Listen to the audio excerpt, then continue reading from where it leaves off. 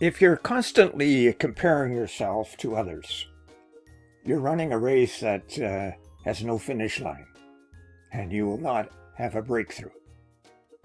Welcome back to Coaching Talks. And this is where we explore personal and professional growth through the lens of business, work, and life. Hi, I'm Richard Fontenay, and today we're diving into something that almost everyone wrestles with, but few really talk about it: the comparison trap. It's that sneaky, self-defeating habit of measuring our success, worth, and progress against someone else's highlight reel. In leadership and in life, comparison often masquerades as motivation. We look at other leaders, entrepreneurs, and peers and think, if they can do it, I should be doing it better. But research tells a different story. According to a study by the American Psychological Association in 2022, over 60% of adults report that comparing themselves to others on social media negatively affects their self-esteem and life satisfaction. And it's not just social media, it's also professional benchmarks, business growth metrics, and lifestyle standards that create invisible pressure for people. As Theodore Roosevelt once said, comparison is the thief of joy. In leadership, it's also the thief of innovation and authenticity. Let me share a quick story. I was facilitating a strategic planning session for a mid-sized agency.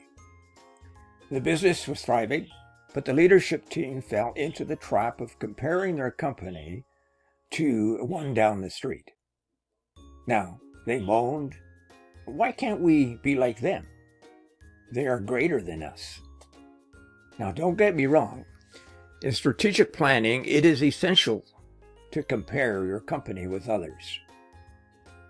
But that is for strategic purposes, for your company to be better and do better, not to be exactly the same as the other company down the street. Now, in this instance, the leadership team didn't know that their competitor was burning out their employees, racking up unsustainable debt, and neglecting their culture, all in the interest of gaining fame and fortune. Now, once we focused on their own vision, sustainable growth, happy employees, and meaningful development, the energy in the room changed. As a result, the company grew, employees were happily engaged, and the company flourished. Why? Because the leadership team stopped comparing themselves with others and focused more on their own purpose, and strengths, and services. So, what does all this tell us? Well, I've broken it down to 5 key points. Number 1, comparison kills creativity.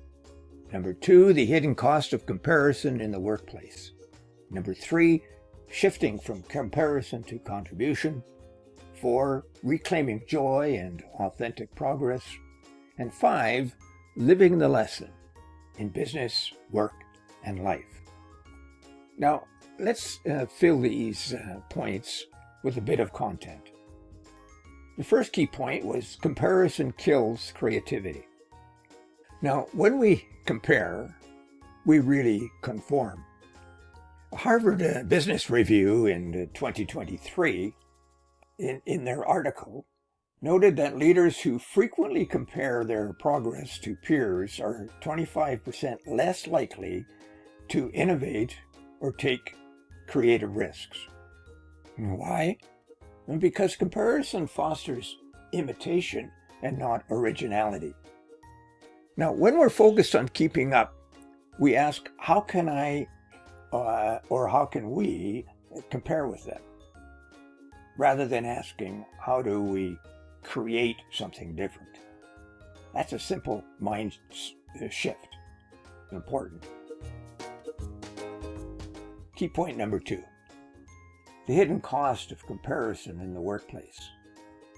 Comparison doesn't just affect individuals, it infects teams.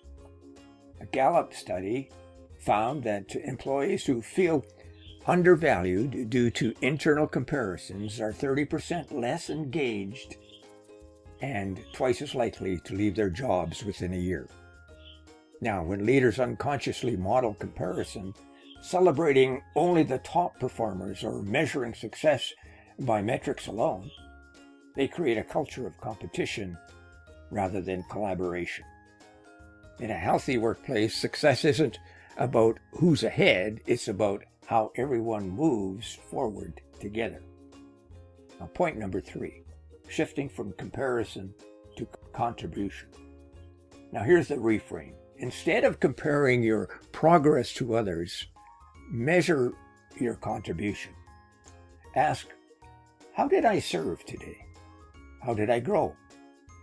Who did I help to move the dial forward? In business, this mindset shift is powerful. So when leaders focus on contribution, teams align themselves with purpose rather than pressure. And in life, focusing on contribution deepens gratitude and meaning. Recently, I read about someone who replaced her sales goal dashboard with a customer impact dashboard. Same numbers, but each embodied something different. Rather than focusing on dollars earned, they focused on the customer. Now, this simple act transformed not only her energy, but also her team's. Key point number 4, reclaiming joy and authentic progress. Comparison blurs your personal definition of success. But here's the thing. Joy and authenticity happen when you reclaim it. A Stanford University study found that leaders who define success in terms of personal values rather than external metrics report 40% higher satisfaction and lower stress levels. And that mirrors our own experience. Here's a simple exercise. Write down 3 things that define success for you, whether it's in business, work, or life. Then identify one area where you have been measuring success by someone else's standards rather than your own. That's your clue to realign your vision and your values. Key point number 5, living the lesson in business, work, and life. In business, comparison can refine or redefine your strategic intent. In the workplace, it causes problems with teamwork. And in life, it steals peace and gratitude. Breaking free means embracing your own timeline, owning your own journey, and celebrating progress along the way. Because no 2 paths look alike. Each one of us travels in a different path. Now, have you ever noticed that when you climb a mountain path, others do so differently? Some may climb faster and bypass you. Others take their time, stopping to smell the trees and the flowers, while still others climb steadily. But at the top, each takes a unique view according to their own perspective. Now, when we are at the top of our mountain, the apex of business and workplace and life, we too take a unique view of the vision that we are beholding. So what can we take away from all of this? Well, break free from the comparison trap by redefining success on your own terms. Celebrate others without diminishing yourself. Benchmark for learning rather than self-importance. This week, take one practical step and unfollow one source that causes unhealthy comparison and replace it with one that fosters genuine inspiration. And as leaders, when we do this, we not only become stronger, but also foster environments where others can thrive without the fear of being left behind. And don't miss our next episode of Coaching Talks, how leaders turn ideas into scalable success. We'll explore how vision becomes momentum, and momentum becomes legacy. Now, thank you for listening to the end of this podcast today.